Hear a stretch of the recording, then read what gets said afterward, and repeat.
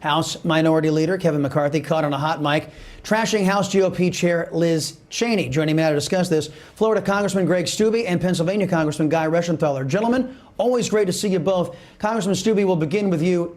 Not even Mitch McConnell is defending Liz Cheney anymore. This is happening while Speaker Pelosi is bashing Minority Leader McCarthy for, quote, stabbing Cheney in the back.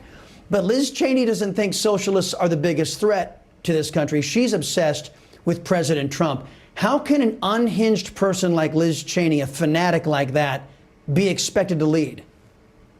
Look, we need somebody that's going to be conference chair that's going to represent the values and the principles of the Republican conference.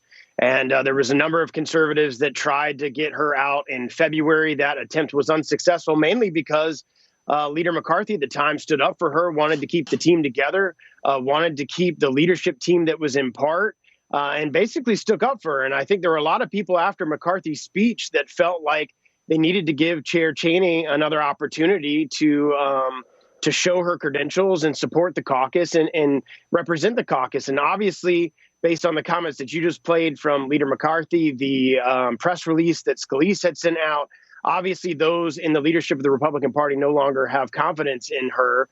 And the rumor is we'll vote again next week. But there was a number of us conservatives that voted against retaining her way back in February. So a lot of us are like, okay, so we were there in February and here we are 2 months later trying to do the exact same thing.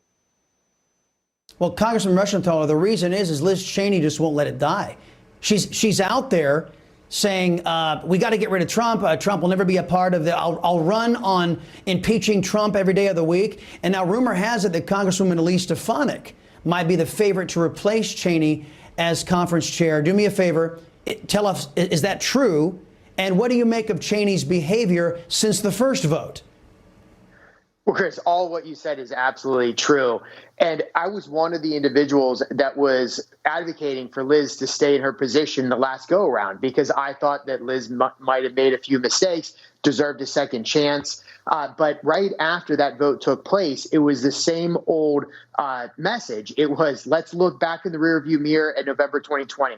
Let's look up to the events that led up to the inauguration on January 20th. That's not how we're going to take back the majority. We're going to take back the majority by attacking Joe Biden's radical leftist agenda, not attacking each other. So this time around, instead of whipping for Liz, I'm actively whipping against Liz and for Elise Stefanik. And let me tell you why Elise Stefanik needs to win this. Elise, on the merits, has proven that she's one of our best recruiters in the Republican Party, particularly recruiting women candidates to run in battleground districts. She is a prolific fundraiser. She is strategic, and she is a defender of President Trump. She knows that we need to circle the wagons and focus on Joe Biden, not these inter-party, inter-conference squabbles that are keeping us from attacking Democrats and win elections moving forward. Elise Stefanik is the future. Liz Cheney is living in the past. That's why we need a change. All right, let's pivot to something else that happened recently. Congressman Steube, Facebook's double standards against conservatives, they're well chronicled, right? But this is nothing new. They have a right to be an unfair left-wing company, don't they? What they don't have the right to do is use their power to edge out competition. Now, the GOP fiddled, didn't act to protect their voters from what I believe to be antitrust violations from much of big tech. Now, we showed this headline earlier that said the GOP is threatening to break up Facebook. But isn't that really an empty threat? The GOP has no power in Washington right now. And when they did have power, they didn't act on behalf of the American people. Isn't that fair? Well, it is fair. And Guy and I actually weren't in Congress when we were in the majority. We've been in the majority since Guy and I have been in Congress.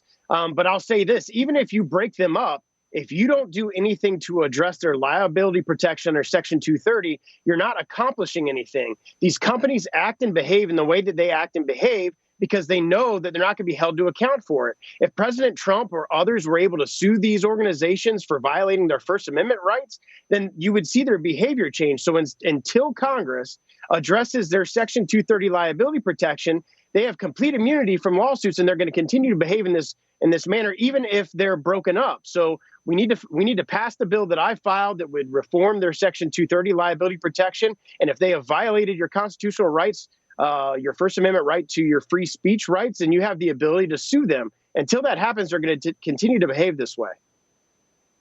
Yeah, and Congressman Reschenthaler, what big tech did is they took the last time the GOP had the majority, took the timidity then, and then said, oh, great, we're going to go out there and we're going to work to make sure Republicans are defeated. And that's exactly what they did on their social media platforms. And the Republicans lost their majority. Do you think if the Republicans ever get their majority back again, they'll actually take this threat from big tech and their violations of law seriously? Absolutely. First, let me be clear about something. Republicans are going to take back the House and the Senate in 2022. It's happening, and big tech should be worried because they've overplayed their hand. They've awoken the sleeping giant that is the Republican base. We now know that big tech and the big tech oligarchs have more in common with the Chinese Communist Party than they do with everyday Americans. And just as Greg, my good friend and colleague, was saying, it's time to look at breaking them up, remove their Section 230 liability protections, but also it's time to regulate them as public utilities. Verizon or AT&T, the phone line, cannot cancel my service because I'm expressing conservative views on their phone lines. Twitter, Facebook, the rest shouldn't be able to silence me or shadow ban me because I'm expressing conservative viewpoints. They need to be treated as a utility and regulated as such. And if you think that that goes against the free market, you do need to have some regulation when you have a business that is controlling this large of a section of the economy. So we also need to look at Ron DeSantis's bill in Florida, which is going to rein in big tech, which gives a private cause of action to sue the big tech companies when they shadow ban people or when they deplatform somebody.